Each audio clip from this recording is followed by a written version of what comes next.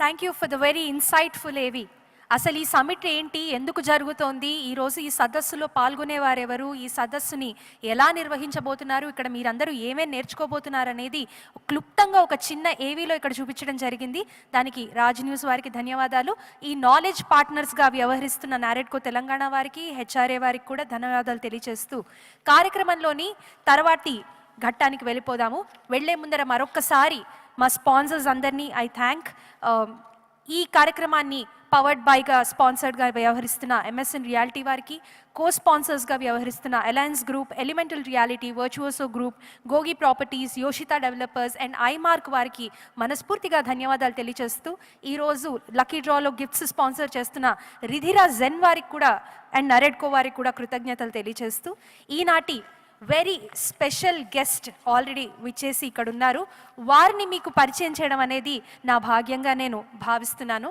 ఎందుకంటే ఈ వ్యక్తి హైదరాబాదే కాదు, ఎన్నో ప్రాంతాల్లో పనిచేసి ఇక్కడున్న ల్యాండ్ రిజిస్ట్రేషన్స్ కోసము, ఇక్కడున్న రియల్ ఎస్టేట్ రంగం కోసం ఎంతో కూడా వారు పాటుపడిన వ్యక్తి. కాబట్టి it is my honour and privilege to introduce Shri Naveen Mittal ji. Shri Naveen Mittal belongs to the 1996 batch of the Indian Administrative Services and allotted to the Telangana cadre. He stood All India Third in Civil Services Examination in 1995. He is a B.Tech in Computer Science and Engineering from the prestigious IIT Delhi. In his 28 long administrative years career, he has held diverse posts like Commissioner of Visakhapatnam Municipal Corporation, Collector of Krishna and Hyderabad districts, Special Commissioner in Greater Hyderabad Municipal Corporation, Commissioner of Information and Public Relations, Secretary of Finance and later Municipal Administration and Urban Development, Commissioner of Higher and Technical Education in the state, and made his mark in reforming and re-engineering systems and processes wherever he has worked. Shri Naveen Mittal is presently holding the post of Chief Commissioner of Land Administration as well as Principal Secretary to Government in the Revenue Department. In his tenure of last 2 years, he has acted. I now request sir to please come on to the dais and speak about Bhu Bharati. It is my privilege to welcome Mr. Naveen Mittal IAS, Principal Secretary, Revenue Department, onto the dais.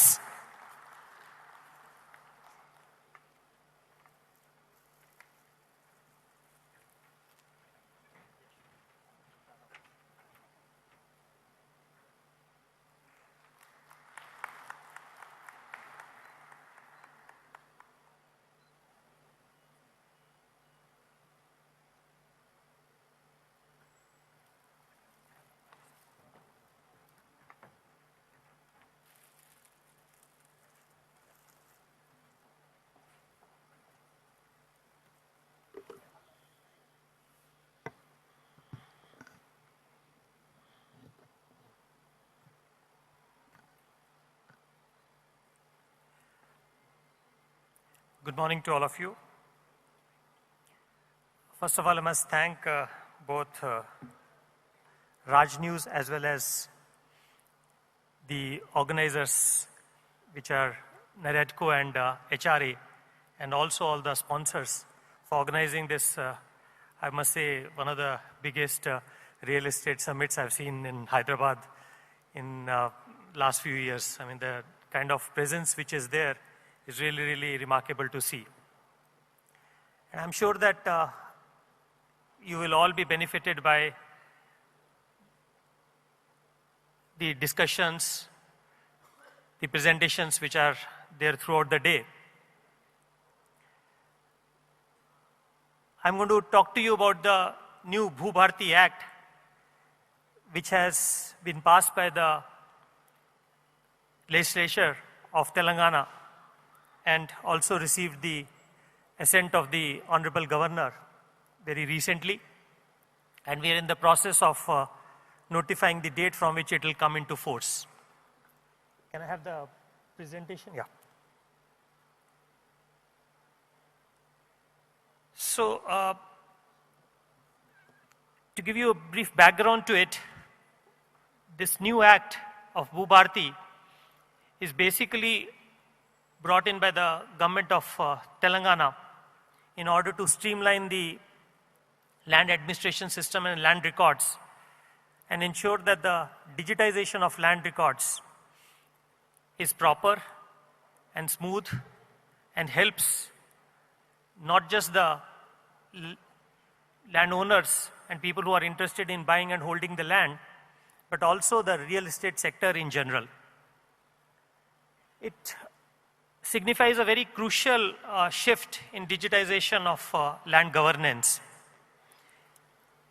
We had this Dharni Act in the past which came in 2020, but there were a lot of problems in terms of, one, the structure of the act itself, and also in terms of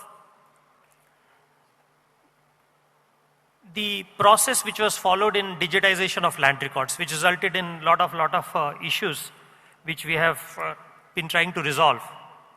But with the introduction of the new Bhubharti Act, we expect that those issues and those problems will be done away with, because we have now got the experience of almost 4.5 years of the implementation of Dharni.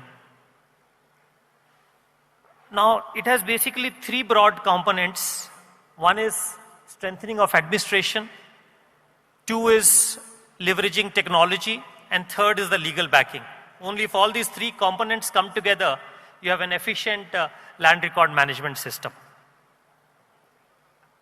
To give you a brief background of the little bit of history of land records and the record of rights in land, we've had 3 acts in the state of Telangana, or the Telangana region of the erstwhile state of Andhra Pradesh, the United State of Andhra Pradesh.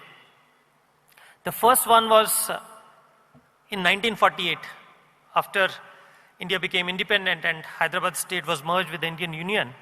We had this first act which came in 1948. That was one of the first acts, not just in this state, but also anywhere in the country. And it really resulted in a lot of, I would say, formalization of land records.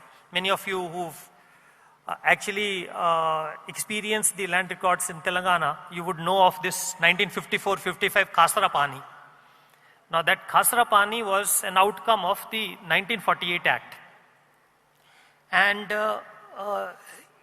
till today, that Khasara Pani is almost, the entry in Khasara Pani is deemed to be a title based on many of the judgments of Honorable Supreme Court. That is, it is as close to title as possible if the entry is there in Khasara Pani. And you can then understand the significance of the Khasara Pani. And then it was followed by 3 years land records, which was called Se Sala Pani. Many people misunderstand the word Se as Che Sala, but it is not Che Sala, it is Hindi Che. It is Se Sala, which is Persian Se. Se in Persian means 3. So that's why Se Sala means a 3-year Pahani. That's why we had this 55 to 58 Pahani, 59 to 61 Pahani, and then first followed by an annual Pahani. So that is how it all began. Then we had a very wonderful act, which was the Patadar Passbook and Titling Act, Title Deed Act, which was 1971. And that was, I would say, a very major effort in ensuring systematization of land records, because that time we had 2 regions. One is the Andhra region and the Telangana region, and they tried to bring in the best of the 2 regions and have this. And one of the major contribution of that was to introduce the Patadar Passbook. So those of you who own land or who have transacted in land, you would see that most of the farmers will have this white cover Patadar Passbook and also a title deed. So that was actually under that 1971 Act, and it was so strong that it stood nearly 50 years before 2020 Dharni Act was brought in. Now the aim of Dharni Act was to introduce technology into land record management. But then there were some very fundamental issues with the Act. I will give you some of those details which are now being corrected by the Bhubharti Act. And also the implementation of that happened in a way that the software which was used for Dharni was not properly tested, and then it became like an exercise of updating it as the problems arise. And that's why we've seen so many issues relating to the implementation of Dharni at the ground level. Now, lot of hard work has gone into the preparation of Bharti Act. The reason I'm telling you is just to make you familiar with a little bit background before we come into the features of this act. And to make this act, not just the 3 past attempts of ROR in the state were also taken into account, but we also looked at nearly 19 other states' ROR acts. So we try to bring in the best of what is there in other states and also in the 3 previous acts which are there. Because each had something good and something which was not in tune with the times. So it was put in the public domain on the 1st of July after the Honorable Revenue Minister made a statement on the floor of the House that this bill is being put in public domain. And we put it through almost like a month-long public consultation exercise. So much so that in every district, we organized a workshop by the district collector where the people at the district level also participated and gave feedback about the draft bill which was there. So in all the 33 districts, those workshops were organized, and we got more than 200 suggestions from various quarters, many from the real estate sector, and also from the legal fraternity and the experts and retired officials.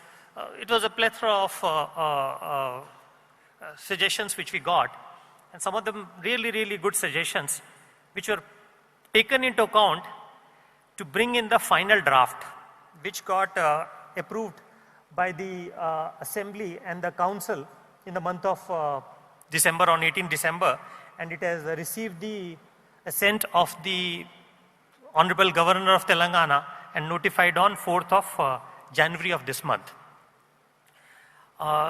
We are still working out the date on which it will come into force because there is some preparatory work which is required to ensure that the platform works smoothly in sync with the Act. So we expect that to happen very, very shortly. Maybe in next few weeks, it will come into force.